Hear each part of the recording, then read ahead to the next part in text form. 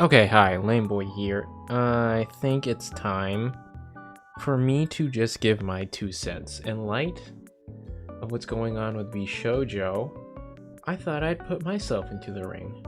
Oh, but guy, you're just clout chasing and farming. Yeah, okay, I get that. Fuck it. I know I'm gonna get more views on this just because of what's going on, but at the end of the day, I still want to put in my 2 cents about the situation because I actually came from one of the black VTuber companies. Oh yeah, by the way, I'm a VTuber. Howdy ho ho. My name is LameBoi, and I'm a yokai VTuber. What is a yokai? It's a ghost, okay? These are panties on my head. This is a fucking ghost thing. God, get yourself educated on it. Gosh! It's fighting werewolf. Anyway, I want to put my 2 cents about this because in light of the V Shoujo stuff, there's been a lot of people that have been like dunking on the girls about little things, especially with what's going on right now, right?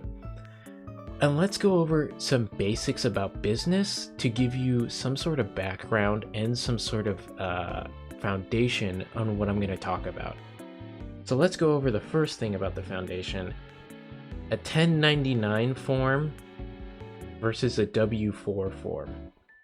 This is the difference between being a contract employee and an employee for a company based on a salary and wage. What is the difference? The basic difference between them is a salaried employee is a part of the company. You represent the company. You are, in some cases, the face of the company in one aspect or another. Okay, really hard for me to verbalize this without stuttering and stomping around, but I don't care. We're just gonna do it in one take. There is no script here. We're just gonna fucking put my words out there, and I hope you fucking are just there with me. Rant over. That's what a W-4 does. It used to be a W-2, but a W-4 or W-2 means that you are the wage employee for this company. That means you're going to get benefits more often than not because it has to be legally binding. You're going to get insurance because it has to be legally binding. You're going to get protections from the company because it's legally binding. These are things that happened after union stuff, okay? The other part of it is being a contract employee. What is a contract employee? I'm hiring you to do a specific job and you get paid for the specific job. Insurance, clauses on your wage, and protections from the company are only if the company wants you to do those or if the company provides those for you, okay? Those are not guaranteed. The W-4 guarantees those other three things: insurance, wage clauses, and some protections, but a contract employee doesn't involve any of that stuff. A contract employee is literally just taking your work and benefits and what you can provide and using it for the company's benefit, and then using that to not only boost the company, but boost yourself, right? Because both of you are getting exposure, both of you are getting money, both of you are benefiting one way or another. But at the end of the day, when you're a 1099 person, you are more disposable than a W-4 person. There is nothing that is going to protect you if something goes wrong down the line with either the company or your contract. You don't have protection. There is no safety net or fall safe. The only thing you know is that you're hoping to make a massive load of money in order to protect yourself at the end of the day. And in most of the cases, these VTuber companies do not have you on some sort of W-2, W-4 form. They're on a 1099, a contract form. 1099 is, again, sorry, just to backtrack, 1099 is very specific to the USA, but you get the gist. You're on a contract employee form. And so when you sign into these VTuber companies, not only you have a contract form, but you also have an NDA, right? And an NDA is a non-disclosure agreement. It also means to not dick around, okay? These NDAs are serious because the companies are much bigger than you, especially when you're in the VTuber space. It's a no crash out, a no call out, a no joke about. All these things that you think you can say, you can't, because they could legally bind you and legally mess you up for life if you're not careful. And it could not be for life, but it's going to mess you up for a long time. Okay, so those are the basis and foundation of what I want to talk about. A 1099 contract form and a non-dick around form, okay? Because these are important to understand why those girls had to do what they had to do. Now let's get into just VTuber corporations and VTuber agencies as a generality. Goddamn, in general. Maybe I will edit this. Holy, my brain is just on fire thinking about this. When you're in these companies, most of the time you're a little bit smaller. You don't have an established network. You're trying your best to get exposure. You're trying your best to learn the best ways to promote yourself. And these companies and corporations give you some of those resources so you don't have to think about it yourselves. You're either like some sort of wage slave or some sort of person that has a steady job, and you're doing this as a passion and wanted to make it into a career. Now, it's hard to balance all of those things because content creation is not a hard job, but it is a time-consuming job. And a lot of the times, and especially nowadays, time management is hard when you're trying to juggle more than one thing, right? A regular 9 to 5 is a regular 9 to 5.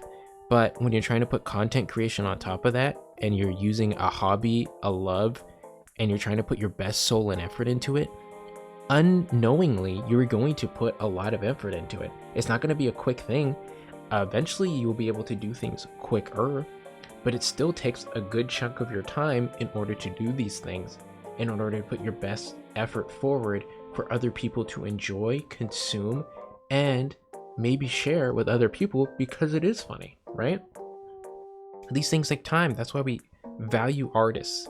That's why we value actors. That's why we value musicians. That's why we value people that have skills that we think are unattainable, but it is that they just put more practice, effort, and love into the game that we appreciate and enjoy.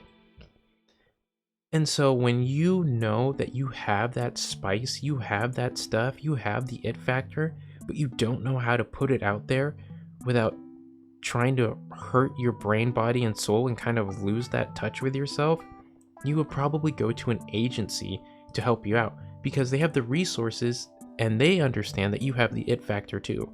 And they're going to use that it factor to not only boost you, but also boost them. But that's the predatory nature of this stuff. They have a lot more money and resources than you do. And when you get into this small and you realize after so much time that you're much more bigger than them and you can do this independently, that's when they start to mess you over. Because again, back to the 1099 form, you don't have a safety net. You only know about how much money you could have earned in order to try to build your own safety net. And they also hit you with the non-dick around agreements. And so now you're stuck. Now you don't know where to go, and you know you have to leave, so you have to do it quickly. And it's messy. It's not like pulling a band-aid off fast. It's like pulling a knife out as quickly as possible and staunching the bleeding as fast as you can. It's not an easy process. It's not a clean process.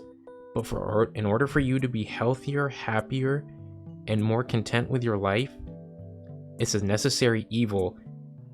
And there's not a lot of people that understand that unless you went through a black company experience like some of me and my friends did.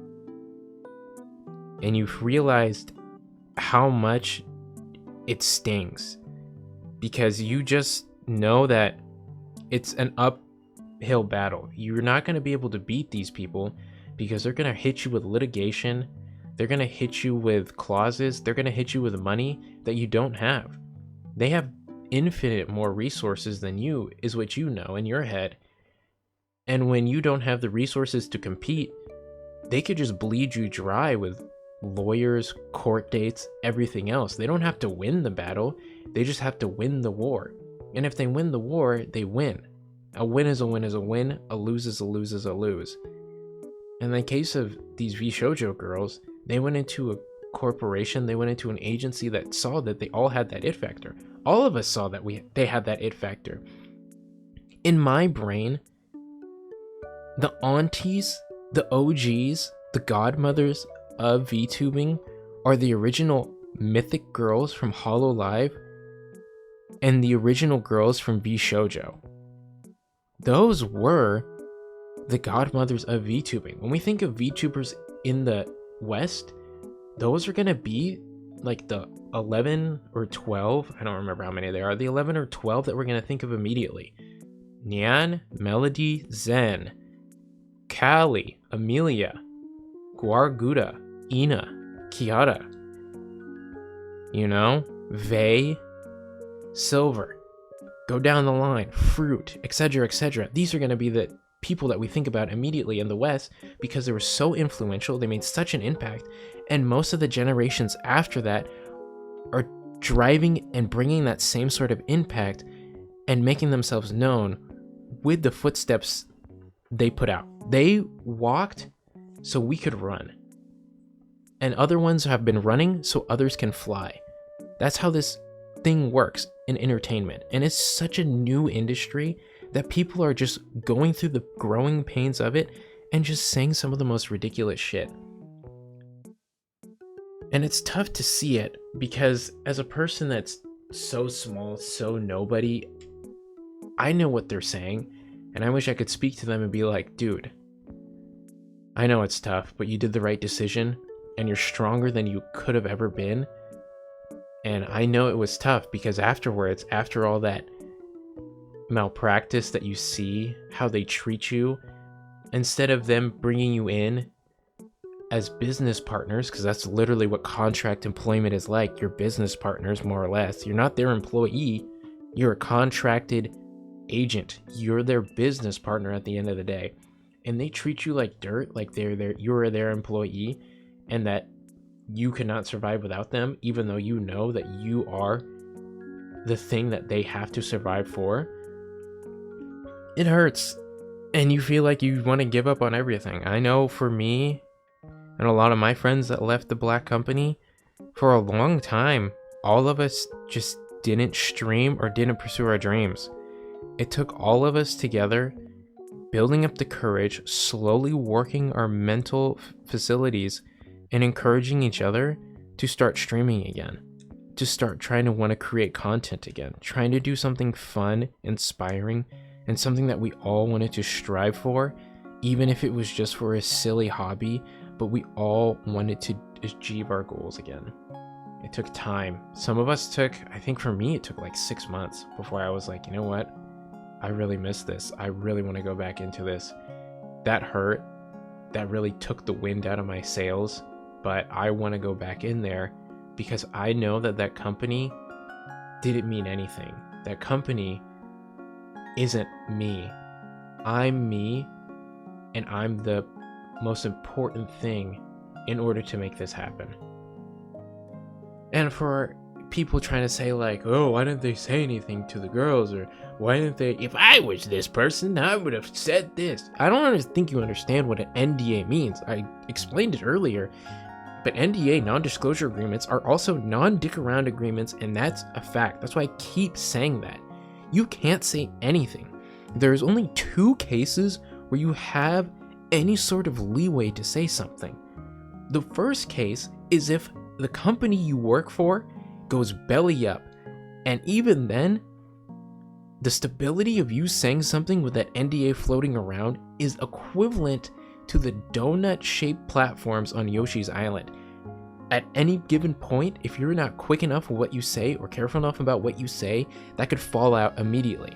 You can give more information, you can crash out a little bit more, but you better be damn sure that you don't say the wrong thing, because that will bite you quickly. The only other time that you know you can totally talk, you can talk your shit, you can say what you want to do, you can let them know how you really feel, how you really, really, really feel, is when your lawyer, your backseat, your corner goes, alright, go in for them now. Can I bite their ear off? Yeah, kick them in the balls too, let them have it, it's all good, baby. That's the only time that you can do stuff like that. Because you know at the end of the day, there's nothing legally that they can do to you, and you can finally express how they treated you, how they made you feel, and what they did to you financially that messed you over completely. They promised you all these things in the contract that you were supposed to get, and they delivered on none of it. But the NDA ties that thing into a bow, and everything in the contract doesn't matter. The NDA is the most important thing. It doesn't matter if they promised you a Ferrari at the 6-month pay period. It doesn't matter if you got sponsorship deals with a big company. It doesn't matter about any of that stuff that you might have had, like a mansion and a house that they were going to rent out for you. As long as that NDA is bowed on top and they just suddenly explode, implode, or can you for whatever reason, all that stuff in between the fucking shit wrap bow is out the window. You're not going to get that Ferrari. You're not going to get that sponsorship deal. You're not going to get that house either, because you can't say that they wronged you. You can't do anything about it. And a lot of these people couldn't speak. I mean, recently, Vay was able to say something because she knows, probably speaking to her lawyer, I assume she didn't do the first approach where she's just Yoshi Islaning that thing, wahoo. She knows that she can talk now. She can tell you some of her truth to let you know how bad it was. And the other girls just had to tank that forever, hold it in. It feels bad. A phrase that came from my dad is that there's more room out in the open than there is inside of you. When you hold on to stuff like that, it starts to eat you alive. And I'm sure that they're being eaten alive. Even for us, in my group of friends that were in the black company, we still don't talk about it all the way. And it eats a little part of us alive, but we've grown past that point. It's like seeing a tree that has grown up, even though you can see that there was a lumberjack that took a notch out of it. It's still growing strong, but you can see that there was some damage. And that damage is going to be there forever. It doesn't matter how old that tree is. It doesn't matter how far it's grown. It doesn't matter how big it's gotten.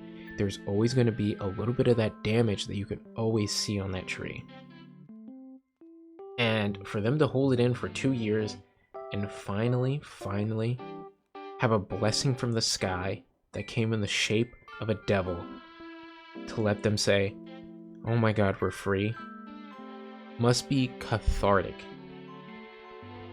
And none of you on the sidelines is going to understand that. There's other people that understand exactly what they're going through, and they're cheering them on as well.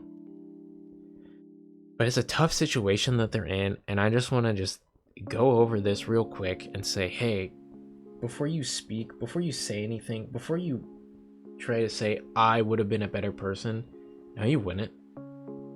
You wouldn't have. I bet you're scared to be fired from your actual job. I bet you, in a conflict situation, you would be afraid to raise hell.